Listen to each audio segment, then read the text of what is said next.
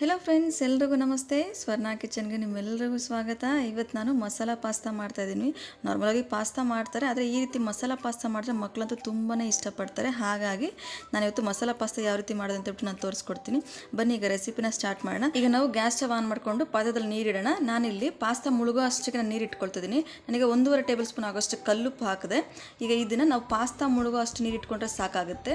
Just ಈಗ ನಾವು ಇದನ್ನು ಒಂದು 5 ನಿಮಿಷ ಹೈ ಫ್ಲೇಮಲ್ಲಿ ಇಟ್ಕೊಂಡು ಕುದಿಸ್ಕೊಳ್ಳೋಣ. ನೋಡಿ, ಈ ರೀತಿ ನಾವು ಆಗಾಗ ತಿರುಗಿಸ್ಕೊಳ್ತಾ ಇರಬೇಕು ಸೌಟಲ್ಲಿ. ಇಲ್ಲ ಅಂತಂದ್ರೆ ಏನಾಗುತ್ತೆ, ಎಲ್ಲನೂ ಹಾಗೆ ಅಂಟ್ಕೊಂಡ್ಬಿಡುತ್ತೆ ಪಾತ್ರೆಗೆ. ಅದಕ್ಕೋಸ್ಕರ ನೋಡಿ, ಈಗ ಕುದಿ ಬರ್ತದೆ, ನಾನು ಆದರೂ ಸಹ ತಿರುಗಿಸ್ತಾ ಇದ್ದೀನಿ. ಈ ರೀತಿ ತಿರುಗಿಸ್ತಾ ಇರಬೇಕು ನಾವು. ಈಗ ಪಾಸ್ತಾ ಬೆಂದಿದೆಯಾ ಇಲ್ವಾ ಅಂತ ಚೆಕ್ ಮಾಡ್ಕೊಳ್ಳೋಣ. ಈ ರೀತಿ ನಾವು ಕಟ್ ಮಾಡಿದ ತಕ್ಷಣ ಕಟ್ ಆಗಬೇಕು. ಈ ರೀತಿ ಕಟ್ ಆದ ತಕ್ಷಣ ನಾವೀಗ ಆ ನೀರನ್ನ ಚೇಂಜ್ ಮಾಡಿಬಿಟ್ಟು ನಾವೀಗ ತಣ್ಣೀರು ಹಾಕಿಡೋಣ. ಬಿಸಿನಲ್ಲಿ ಹಾಗೆ ಗಂಜಿ ಬಗ್ಸ್ಬಿಟ್ಟು ನಾವು ಹಾಗೆ ಇಟ್ಟರೆ ಏನಾಗುತ್ತೆ, ಅದಾಗೆ ಒಂದಕ್ಕೊಂದು ಅಂಟ್ಕೊಂಡ್ಬಿಡುತ್ತೆ. ಈ ರೀತಿ ನಾವು ಬಗ್ಸಿದ ನಂತರ ಈ ರೀತಿ ತಣ್ಣೀರಲ್ಲಿ ಹಾಕಿ ಇಟ್ಬಿಡ್ಬೇಕು. ಆಗ ಒಂದಕ್ಕೊಂದು ಅಂಟ್ಕೊಳ್ಳೋದಿಲ್ಲ. ನೋಡಿ, ಈ ರೀತಿ ಕಾಣಿಸೋದಿಲ್ಲ. ಇದು ಸಪ್ರೇಟೇ ಇರುತ್ತೆ. ಈಗ ನಾವೀಗ ಅದನ್ನು ಸಪ್ರೇಟಾಗಿ ಪಕ್ಕಕ್ಕೆ ಎತ್ತಿಟ್ಟು ಈಗ ನಾವು ಒಂದು ಬಾಣಲಿಗೆ ಒಂದು 2 ಟೇಬಲ್ ಸ್ಪೂನ್ ಆಗೋಷ್ಟು ಎಣ್ಣೆ ಹಾಕ್ಕೊಂಡು ಒಂದು ಅರ್ಧ ಟೇಬಲ್ ಸ್ಪೂನ್ ಆಗೋಷ್ಟು ಜೀರಿಗೆ, ಹಾಗೆ ಬೆಳ್ಳುಳ್ಳಿನ ಪೀಸಸ್ ಆಗಿ ಕಟ್ ಮಾಡಿ ಬೆಳ್ಳುಳ್ಳಿ ಪೀಸಸ್ನ ಹಾಕ್ಕೊಳ್ತೀನಿ. ಒಂದು ಮೀಡಿಯಂ ಸೈಜ್ನ ಈರುಳ್ಳಿ ಸಣ್ಣದಾಗಿ ಹಚ್ಚಿ ಹಾಕ್ಕೊಂಡು ಗ್ಯಾಸನ್ನು ಬಂದು ಹೈ ಫ್ಲೇಮಲ್ಲಿ ಇಟ್ಕೊಳ್ಳಿ. ಈ ರೀತಿ ನಾವು ಜಾಸ್ತಿ ಈರುಳ್ಳಿ ಫ್ರೈ ಮಾಡೋ ಅವಶ್ಯಕತೆ ಇಲ್ಲ, ಲೈಟಾಗಿ ಫ್ರೈ ಆದರೆ ಸಾಕು. ಈಗ ಇದಕ್ಕೆ ಸ್ವಲ್ಪ ನಾನು ಈರುಳ್ಳಿಗೆ ಉಪ್ಪಿಡಲಿ ಅಂತ ಉಪ್ಪು ಹಾಕಿದ್ದೀನಿ.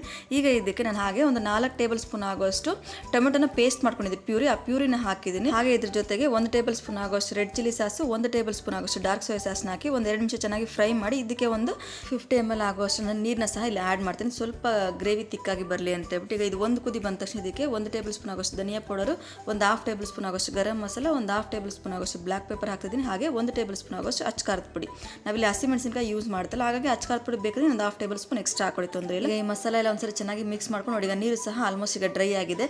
ಈಗ ಇದಕ್ಕೆ ನಾನೀಗ ಪಾಸ್ತಾನ ಹಾಕಿ ಚೆನ್ನಾಗಿ ಮಿಕ್ಸ್ ಮಾಡ್ಕೊಳ್ತೀನಿ. ಮಿಕ್ಸ್ ಮಾಡ್ಕೊಂಡಿದ್ದಕ್ಕೆ ನಾನು 1 ಟೇಬಲ್ ಸ್ಪೂನ್ ಆಗೋಷ್ಟು ಚಾಟ್ ಮಸಾಲಾನ ಹಾಕ್ತಿದ್ದೀನಿ. ಚಾಟ್ ಮಸಾಲ ಹಾಕಿದ್ರೆ ತುಂಬ ಚೆನ್ನಾಗಿರುತ್ತೆ ಟೇಸ್ಟ್. ಹಾಗಾಗಿ ಚಾಟ್ ಮಸಾಲ ಹಾಕ್ಕೊಂಡು 1 ಟೇಬಲ್ ಸ್ಪೂನ್ ಆಗೋಷ್ಟು ಕೊತ್ತಂಬರಿನ ಹಾಕಿ ಚೆನ್ನಾಗಿ ಮಿಕ್ಸ್ ಮಾಡ್ಕೊಳ್ಳೋಣ. ಮಿಕ್ಸ್ ಮಾಡಿಕೊಂಡು ನಾವೀಗ ಇದನ್ನು ಡೈರೆಕ್ಟ್ ನಾವು ಸರ್ವ್ ಮಾಡ್ಬೋದು. ಇದು ಬಿಸಿಯಲ್ಲಿ ತಿನ್ನೋದಕ್ಕೆ ತುಂಬ ಚೆನ್ನಾಗಿರುತ್ತೆ, ತುಂಬ ಈಸಿಯಾಗಿ ಮಾಡ್ಕೋಬೋದು. ಮತ್ತು ಬೆಳಗಿನ ಟೈಮು ಮಕ್ಕಳಿಗೆ ಇದು ಟಿಫನ್ ಬಾಕ್ಸ್ಗೆ ಹಾಕಿ ಕಳಿಸಿ. ಕೆಲವೊಬ್ಬರು ಪಾಸ್ತಾ ಆ ಥರದ್ದು ಇಷ್ಟಪಡ್ತಾರೆ, ಆದರೆ ಇಷ್ಟಪಡೋ ಮಕ್ಕಳಿಗೆ ಈ ರೀತಿ ಮಸಾಲ ಪಾಸ್ತಾನ ಮಾಡಿ ಕಳಿಸಿ. ಅವ್ರು ಬೇಡ ಅಂತ ಹೇಳೋದಿಲ್ಲ, ಅಷ್ಟು ಚೆನ್ನಾಗಿರುತ್ತೆ. ನಿಮ್ಗೆ ಈ ವಿಡಿಯೋ ಇಷ್ಟ ಆಗಿದ್ರೆ ಲೈಕ್ ಮಾಡಿ, ಶೇರ್ ಮಾಡಿ, ಹಾಗೆ ನೀವು ಸಹ ಒಂದ್ಸರಿ ಟ್ರೈ ಮಾಡಿ ಕಮೆಂಟ್ಸಲ್ಲಿ ತಿಳಿಸಿ ಯಾವ ರೀತಿ ಬಂತು ಅಂತೇಳ್ಬಿಟ್ಟು.